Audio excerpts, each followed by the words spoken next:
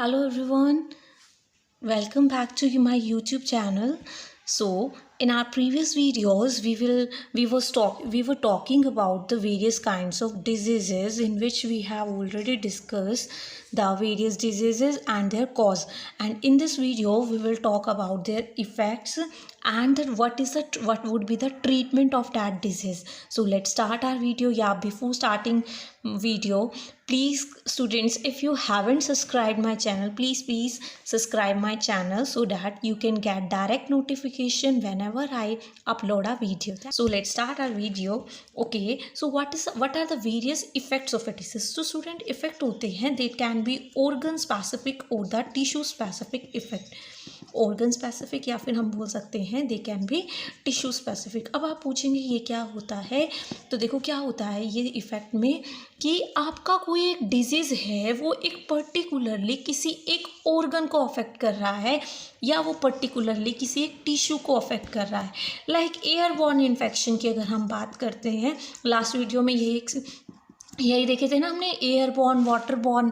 तो अब अगर हम एयरबॉर्न की बात करते हैं स्टूडेंट, तो हवा के साथ गए हैं तो वो कहाँ जाएंगे? आपके लंग्स के पास जाएंगे, हमारे रेस्पिरेटरी सिस्टम में जाएंगे.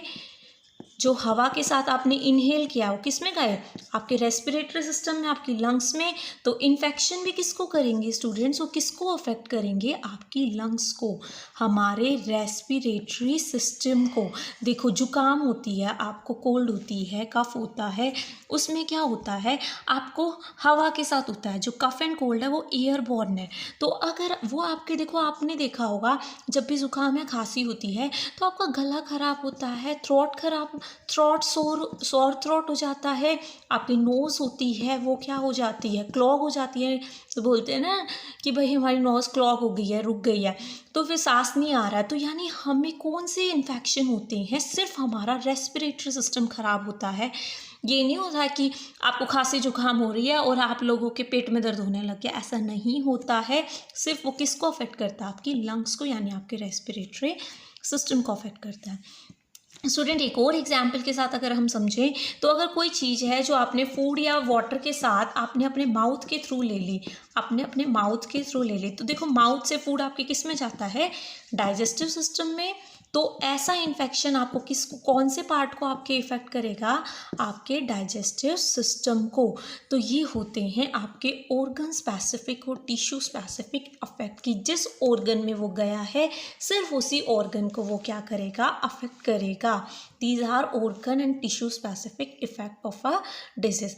अगर अब मैं बात करती हूँ ट्रीटमेंट की, कि भाई इतना हो गया, मैंने ये पढ़ लिया कि डिजीज़ होता क्या है, क्यों होता है, हवा से, पानी से, फूड से, उनके इफ़ेक्ट क्या क्या आते हैं, सिम्टम्स क्या थे, साइन क्या थे. लास्ट में मैं बात कर रही हूँ ट्रीटमेंट क्या हो सकता है. भाई हो गया अब तो डिजीज़, अब हम कैसे उसे ठीक कर सकते हैं? तो स्टूडेंट, दो ट्रीटमेंट होते हैं. पहला होता है to reduce the effect of disease, to reduce the effect of disease, कि उसके इफ़ेक्ट को ख़त्म करना. और सेकंड होता है student to kill the cause of disease, to kill the cause of disease. देखो पहले की अगर मैं बात करती हूँ, इफ़ेक्ट मतलब एक तरह से सिम्टम्स, कि कहाँ पे उसके जो सिम्टम्स आ रहे हैं आपके डिजीज़ के, उनको क्या करना? ख़त्म कर देना.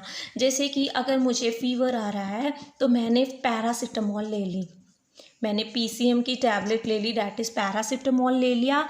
अगर मुझे कुछ और प्रॉब्लम है, सपोज़ मेरे को हेडेक हो रहा है, पेन किलर ले ली मैंने, डिस्प्रेन वगैरह, मैंने कोई भी पेन किलर ले ली.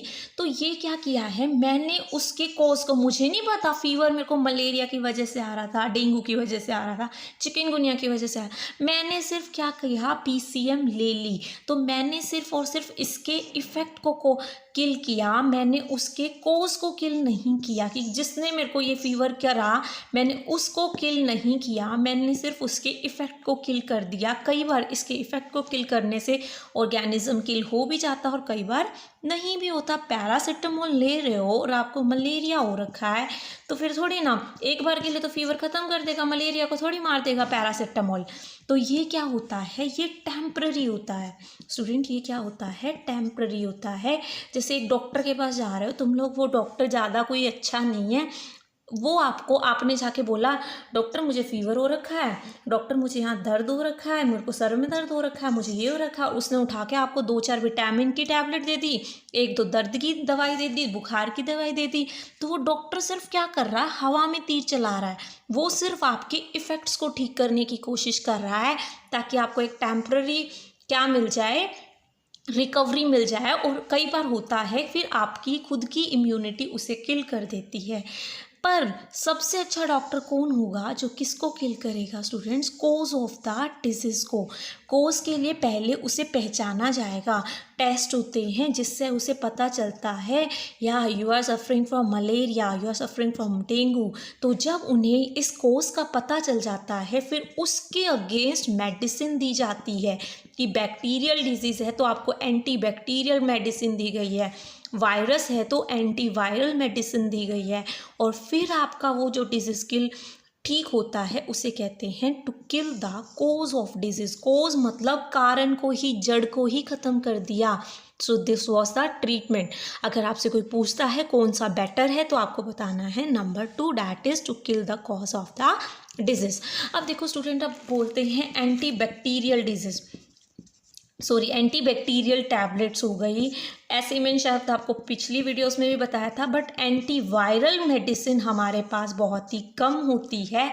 जैसे आपने देखा अभी कोरोना के लिए भी मेडिसिन जल्दी सी बन नहीं रही है। एंटीवायरल कम क्यों होती है स्टूडेंट्स, क्योंकि वायरस के पास खुद का सेल्यूलर मशीनरी नहीं होती है, उसकी खुद की मशीनरी नहीं है, उसकी खुद का सेल स्ट्रक्चर नहीं है। यही आपने पढ़ा था एक्सेप्शन ऑफ सेल थ्योरी में कि उसके पास खुद का सेल स्ट्रक्चर नहीं है, वो जिसकी बॉडी में जाता उसकी सेल को यूज़ करता है।